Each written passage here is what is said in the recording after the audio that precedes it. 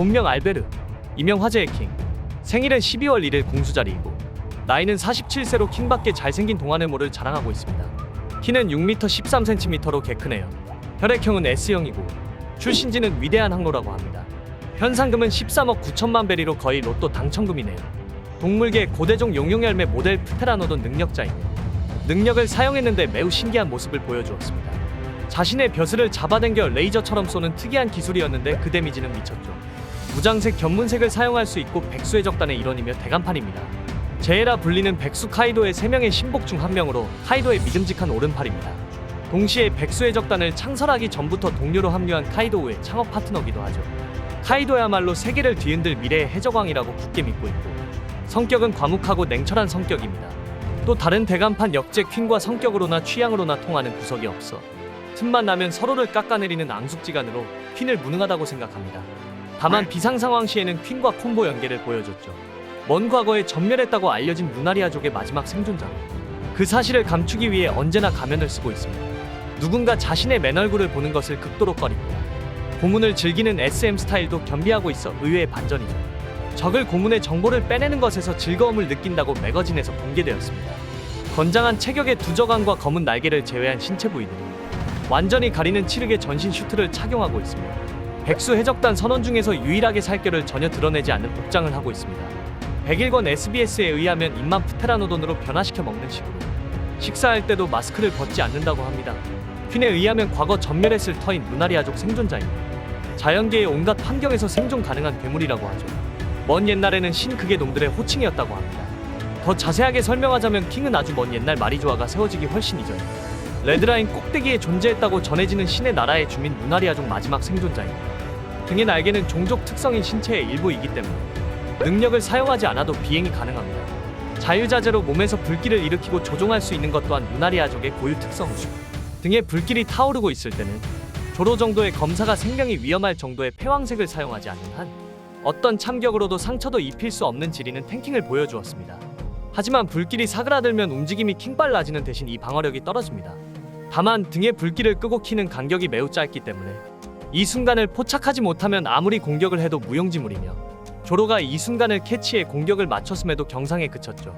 그러므로 루나리아족의 특징을 간파한다고 해도 매우 까다로운 상대라는 것은 근본적으로 변하지 않죠. 복장 등으로 자신의 종족을 숨기고 있었지만 도저히 감출 수 없는 등의 불길과 검은 날개 탓에 맨얼굴이 드러나기 전에도 백수 해적단 졸개들 사이에서 킹이 루나리아족이라는 소문이 돌고 있었습니다. 그리고 업계 최고의 정보력을 자랑하는 빅맘 샬롯 링링 또한 킹의 정체를 알고 있었죠. 킹이 유일한 루나리아족 생존자이기 때문에 빅맘이 다스리는 토트랜드에도 루나리아족은 없습니다. 그래서 콜렉터 기질이 있는 빅맘이 자신을 바다에 빠뜨려 죽일 뻔했음에도 모든 것을 잊어줄 테니 자신의 부하로 들어오라고 권유하기도 했죠. 그리고 킹의 어린 시절 모습이 공개되어 아동 시절까지만 해도 평범하면서 화목한 환경에서 살았던 것으로 추정됩니다. 하지만 개같이 루나리아족이 멸망하면서 청소년 시절 세계 정부에게 붙잡혀 루나리아족의 내구력을 테스트하는 온갖 인체 실험을 당했다고 합니다. 불쌍하네요. 그런데 같은 연구소에 붙잡혀 있었던 카이도우가 루나리아족의 경이로운 생명력에 흥미를 느껴 탈출하는 과정에서 실험대에 있던 알베르에게 동료가 될 것을 제안했고 이에 킹은 카이도우에게 이렇게 질문했습니다.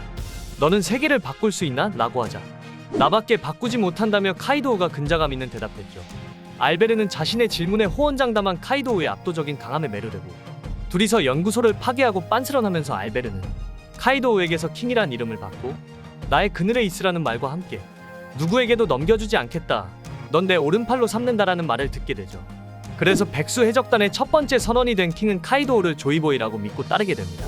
어느 날 카이도우는 킹에게 아직도 날 조이보이라고 생각하는지 내가 만들려는 세상이 네가 바라던 세상이냐라고 묻습니다. 킹은 그건 전설일 뿐이며 이제 와서 바라는 건 없으며 자신은 카이도우에게서 목숨을 받은 것이라고 답하죠. 킹은 카이도우에게 최강으로 있어 달라며 자신도 지지 않고 카이도우를 해적왕으로 만든다고 선언합니다. 28년 전 다른 백수 해적단 일원들과 함께 카이도우와 쿠로즈미 히브라시의 대화를 듣고 있었고 23년 전 카이도우와 게코모리아의 전투에도 참여했습니다. 20년 전 퀸과 앞에 카이도의 목을 노리는 코즈키 오덴과 아카자야 구남자를 상대했습니다. 이때 라이조와 아슈라 동자에게 부상을 입혔습니다. 카이도우에게 당하는 오뎅을 보고 놀라 외치며 달려가는 아슈라 동자 등에 칼빵을 넣었죠. 그리고 오뎅의 처형식이 끝난 이후 쿠리를 습격해 오뎅성을 불태웠습니다. 킹은 카이도우에게 야마토가 이야기한 오뎅이 와노쿠니를 개국하려 한 이유는 조이보이를 맞이하기 위한 것이라고 했습니다. 카이도우는 킹이 기다리는 남자와 와노쿠니가 맞이하는 조이보이가 같은 인물이라면 조이보이가 누구인지 알겠다고 말합니다. 카이도우는 조이보이는 자신을 쓰러뜨릴 남자다라며 확신하고 킹은 미소 지으며 그런 남자는 나타나지 않을 것입니다라고 답하죠. 에이스를 구하기 위해 해군본부 마린푸드로 출항한 흰수염 해적단을 치기 위해 선장인 카이도우와 함께 움직였으나 같은 사왕 샹크스가 이끄는 빨간 머리 해적단에게 저지당했습니다. 와노쿠니의 오니가시마에서 역제 퀸과 함께 풀이 쪽 수학이 나쁘다며 같은 대간판인 가뭄에 잭을 꾸짖는 모습으로 작중 처음 등장했습니다. 그런데 잭을 질책하다 말고 갑자기 퀸을 향해 엄지손가락으로 가리키고 짐덩이는 여기에 있는 멍청이 하나로 충분하다며 그깟 애송이들 전의를 못 꺾어서 얼마나 시간을 낭비한다고 목소리를 높였죠.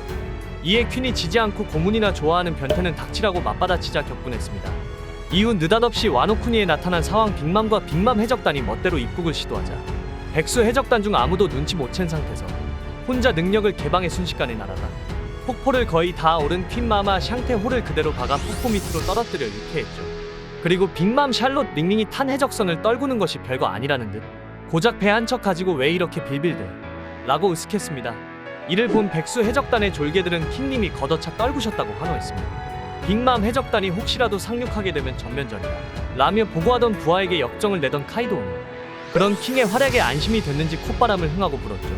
애니에서는 카이도우가 폭포를 오르는 빅맘 해적단을 지켜보면서 기합을 넣어라 너희들 전면전쟁이다 라며 부하들에게 소리치며 사기를 올리자 느긋하게 기다릴 필요가 없다 라며 조용히 밖으로 나가고 옆에서 부하에게 역정을 내던 퀸이 이를 인지했죠. 이후 절벽 아래로 뛰어내려 프테라노돈으로 변신한 뒤 폭포로 순식간에 날아가 주변을 맴돌면서 샬롯 갈렛이 퍼부는 기관포 대공사격을 피하며 사라진 줄 알았으나 퀸마마 샹테오가 폭포를 다 올라왔을 때를 노려 공중에서 드러난 선저부를 불꽃을 두른 발로 차서 폭포 아래로 떨어뜨렸습니다. 이때 전면에 나선 빅맘이 직접 상대하겠다고 잉어 위에 올라섰는데 전혀 겁을 먹지 않고 와노쿠니 땅에 발을 들일 순 없다며 피하지 않고 그 자리를 지켰고 링링의 몸무게로 잉어가 몸부림을 치는 바람에 링링이 물에 빠져 소용돌이에 휩쓸리자 이대로 물고기 밥이나 되라라며 비웃었죠. 이 장면을 영상전보벌레로 지켜보고 환호하는 부하들도 본 퀸이 날개 달린 녀석 잘난 척하며 관심 다 끌고는 이라며 화를 냈습니다.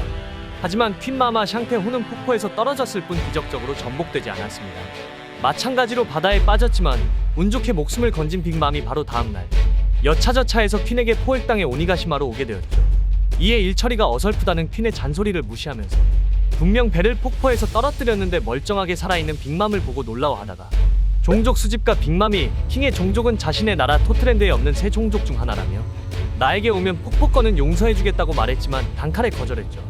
이후 거하게 한판 맞붙은 카이도우와 빅맘이 해적 동맹을 맺을 무렵 퀸에게 넘버즈가 돌아온 것 같다고 말합니다. 그리고 야마토가 사라졌다는 소식을 남들보다 빨리 전해들어 퀸이 불축제의 분위기를 돋우는 동안 카이도우의 승인을 받지 않고 독단으로 선장의 이름을 내세워 토비로포 전원을 소집했습니다. 그 이유는 후즈오와 사사키는 카이도우의 명령에만 복종하기 때문에 부득이하게 선장의 이름을 팔았습니다. 카이도우는 킹의 사후보고를 듣고 확실히 그렇다며 토비로포에게 야마토를 데리고 돌아오면 그 보상으로 대간판에게 도전할 권리를 주겠다고 말했는데 임무를 완수하면 누구의 도전이든 당연히 받아들이겠다고 말했죠. 그 후 신 오니가시마 계획을 발표하기 위해 라이브 플로어로 나타난 카이도우의 곁을 나머지 대간판과 함께 지켰습니다. 카이도가 더 이상 이용 가치가 없는 쇼군 쿠로즈미 오로치의 목을 칠지 이미 알고 있었다는 듯 자신의 칼을 선장에게 말없이 넘겼죠. 그런데 갑등등포로 카이도우의 말이 끝나기 무섭게 아카자야 구남자가 모모노스케가 처형당하기 전에 들이닥쳤죠. 킹은 곧바로 대응에 나섰지만 이조의 총격에 검을 떨어뜨리고 보디가드도 뚫려 카이도에게 접근하는 것을 허용했습니다. 이에 흥분한 카이도가 제대로 싸워보자며 아카자야 구남자를 데리고 옥상으로 향하자 모모노스케가 있는 처형대를 지켰습니다. 퀸과 말싸움을 벌이면서 시노부의 구출 시도는 가뿐하게 저지하였는데 십자가에 묶여있던 모모노스케가 갑자기 공중에 떠오르자 보이지 않는 누군가가 있다는 것을 직감하고 허공에 발차기를 날렸죠. 그 누군가는 바로 레이드 슈트의 기능을 사용해 투명해진 상대였죠. 발차기의 충격으로 투명화가 풀린 상대의 멱살을 붙잡고 어서 꼬마를 내놓으라고 윽박질렀건만 결국 모모노스케를 넘겨받은 시노부를 놓치고 말았죠. 이에 두동강을 내주겠다며 동물형으로 변신해 상디를 부리로 붙잡은 다음 배에 구멍이 난다는 말을 무시하고 그대로 건물에 처박아 버렸습니다. 그러고 나서 카이도우가 있는 옥상으로 향하던 몽키디 루피와 롤로노와 조로의 앞을 가로막았죠. 한편 이 와중에도 예기치 못한 상황에 당황하는 퀸을 비꼬는 것을 잊지 않았죠. 이 짧은 말다툼을 끝내고 전보벌레를 준 토비로포 전원에게 현재 상황을 전파하면서 대간판 도전권이 걸린 이전 임무는 있고, 카이도우가 있는 옥상으로 향하는 성내의 적들을 각자의 수단을 동원해 저지하라는 새로운 명령을 내렸습니다. 여기에 적들을 얕잡아 보면 안 된다고 주의를 주고 토비로포의 무운을 빌며 통신을 끝냈습니다. 마르코가 조로를 등에 업고 옥상으로 향해 날아오르자 퀸과 함께 동물형으로 변해 가로막았지만 역으로 불사조의 날개에 붙잡혀 조로를 놓쳐버렸습니다. 직후 바오왕으로부터 아카자야 구남자가 2층 보물전에 있다는 보고를 받았습니다. 이에 누구든 당장 보물전으로 가서 사무라이들의 숨통을 끊으라고 말했죠. 때마침 보물전과 연결되어 있는 플로어에 있었던 블랙마리아가 호응하자 일 처리를 맡기고 퀸과 함께 본격적으로 마르코 제압에 나섰습니다. 검으로 마르코의 한쪽 날개를 베는데 성공하지만 푸른 불꽃으로 곧바로 재생한 마르코의 블루 버드와 뒤이은 무릎차기를 정면으로 맞았죠. 그러나 퀸과는 달리 정작 데미지를 입는 모습을 보이지 않았고 고통스러운 신음소리도 내지 않았습니다. 대단하네요. 이후 퀸이 토니토니 초파와 상디랑 연이어 놀고 있는 동안 20분이 넘는 싸움 끝에 고대종 특유의 터프함으로 기어코 마르코를 탈진시키는데, 애니에선 마르코가 퀸과 1대1로 6탄전을 벌이다가 루피의 패배 소식을 듣는 것으로 나옵니다.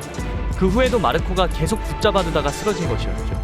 대신 오리지널 신도 나왔는데 퀸과 싸우던 상디에게 난입하여 공격을 하다가 그를 날려버리고 나서 오타마의 경단을 먹고 배신한 기프터즈들을 처단했습니다. 그리고 몸을 날려 폐해를 막느라고 거의 산송장이 된 조로가 회복하기 전에 처리하겠다며 본인이 직접 여망으로 처단하려고 했으나 마지막 기력을 짜내 일어선 마르코에게 저지당했죠. 이에 퀸과 함께 한계에 치달은 마르코의 숨통을 끊으려고 들었는데 때마침 부활한 조로의 연옥 도깨비 참수를 정통으로 맞았습니다. 그렇지만 쓰러뜨릴 수 없으니까 대간판이라는 퀸의 말을 증명하듯 곧바로 일어나 조로와의 싸움을 시작했죠. 톱니 형태로 변형한 칼날에 조로의 쌍검을 끼워 떨쳐내 무기를 빼앗고 그 틈에 스파이크 장갑으로 얼굴을 후려쳤지만 화도 일문자에 막혔죠. 격렬한 전투가 이어지면서 마스크에 상처가 나자 분노한 나머지 인수형으로 변신해 조로에게 무차별 참격을 날렸습니다. 조로는 어떻게든 그 참격을 막아보지만 결국 뒤로 날아갔죠. 이 틈을 놓치지 않고 단궁왕을 연달아 사용하여 조로를 그대로 추락시키려고 했지만 그 코랑이 사냥으로 역공을 당해 가면 일부가 찢겨져 나갔죠. 적어도 검으로 죽여달라면서 용서 못한다는 조로의 말에 나도 내 놈을 용서하지 못하겠다고 맞받아쳤습니다. 그리고 싸움이 계속 이어져서 이 과정에서 자신의 벼슬을 당겨서 발사하는 초자존왕을 사용하고선 먼테고 푸테라노도는 이렇게 사냥을 했다고 당당하게 주장하는 말도 안 되는 개그를 선보였습니다. 동시에 강철도 자르는 조로의 흑승 빅드래곤 회오리치기를 날개로 상처 하나 없이 막아내고 조로를 백병전으로 압도하는 등 자신이 카이도의 오른팔임을 증명했죠. 갑자기 엠마가 조로를 시험하기 위해서 멋대로 패기를 방출하기 시작하자 검에게 발목을 잡히는 검사를 처음 본다고 조롱하면서 거침없이 조로를 몰아붙였습니다. 생사의 갈림길에 선 조로가 자신의 부족함을 깨닫고 패왕색을 다루기 시작하자 이를 감지하고 왕이라도 될 생각이냐고 묻고서 싸움을 재개했습니다. 킹과 계속 검격을 주고 받던 조로는 등에 불이 사라지면 킹의 방어력이 떨어진다는 사실을 간파하고 마침내 마스크가 부서지는 동시에 상처를 입히는데 성공합니다. 킹은 마스크를 뜯어버리며 얼굴을 보여줬고 이내 자신의 맨얼굴을 목격한 조무래기들을 활용왕으로 모조리 태워 죽여버립니다.